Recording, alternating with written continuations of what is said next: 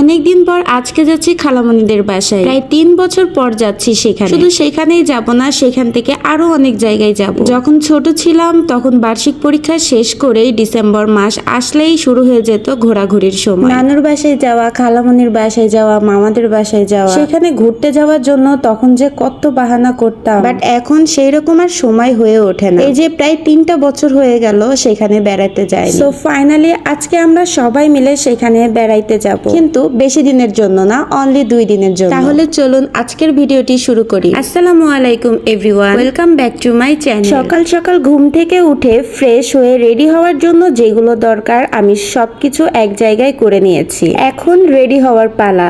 তাহলে চলুন রেডি হওয়ার পরে দেখা হচ্ছে। এই তো আমার রেডি হওয়া কমপ্লিট, বাকিরাও সবাই রেডি হয়ে গেছে। আমার ছোট দুই বোন তো অনেক খুশি, কারণ তারাও অনেক দিন পর সেখানে যাচ্ছে। আর তাছাড়া ফ্যামিলির সবাই মিলে একসাথে যাওয়ার মজাটাই কিন্তু আলাদা। যেহেতু আমরা 2-3 দিনের জন্য যাচ্ছি আর বাসায় তো কেউ থাকবে না, সবাই মিলে যাচ্ছি, এজন্য সবকিছু ঠিকঠাক আছে কিনা আম্মু ভালোভাবে সেগুলো দেখে নিচ্ছে। তো ফাইনালি আমরা ব্যাগ বস্তা সবকিছু নিয়ে বের হচ্ছি। আমি অনেক এক্সাইটেড ছিলাম, কারণ প্রায় 3 বছর পর যাচ্ছি সেখানে। বাট আমরা কিন্তু সবাই একসাথে যাব না। আমি আর আব্বু যাব বাইকে, আর আম্মুরা যাবে বাসে। আব্বু যেহেতু বাইক চালাতে পছন্দ করে তাই আব্বু বাইকে করে যাবে। আর বাইক জার্নি করতেও কিন্তু আমার অনেক ভালো লাগে, তাই আমি যাচ্ছি আব্বুর সাথে, আর আমার বাকি 2 বোন যাচ্ছে আম্মুর সাথে। বাস স্ট্যান্ডে এসে আমরা বাসের জন্য ওয়েট করছিলাম। বেশিক্ষণ ওয়েটও করতে হয়নি, আমরা যাওয়ার পরপরই বাস চলে আসছিল, তাই তাদেরকে বাসে তুলে দিয়ে আমি আর আব্বু দুজন মিলে বাইকে করে রওনা দিলাম। বাইকে যাওয়ার একটাই মজা, যেখানে সেখানে দাঁড়ানো যায় আর যেটা মন চায় সেটা কিন্তু খাওয়া যায়।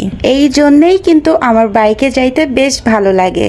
আমার ছোট বোনও আমার সাথে যেতে চাচ্ছিল, বাট বাইকে তো 3 জন খুব কষ্ট হয়ে যাবে যেহেতু দূরের পথ। এই জন্য তাকে এটা ওটা বলে আম্মুর সাথে পাঠিয়ে দিলাম। আর তাছাড়া বাইকে 2 জনের বেশি না ওঠাই ভালো।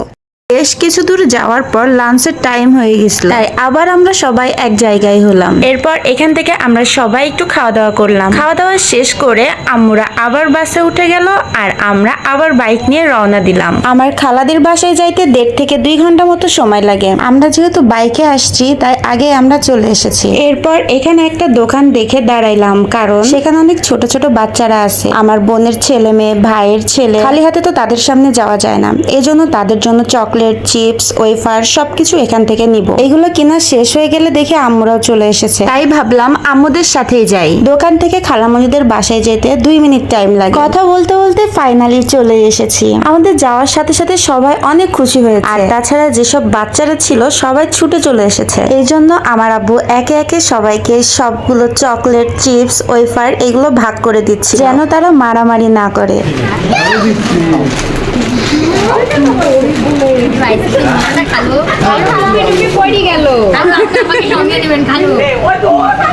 খালু টুপি পড়ে গেল, আরো আছে আম্মু বলিছি সিলে ধরে এর মধ্যে আমার ছেলে নামাজ যাবে তাড়াতাড়ি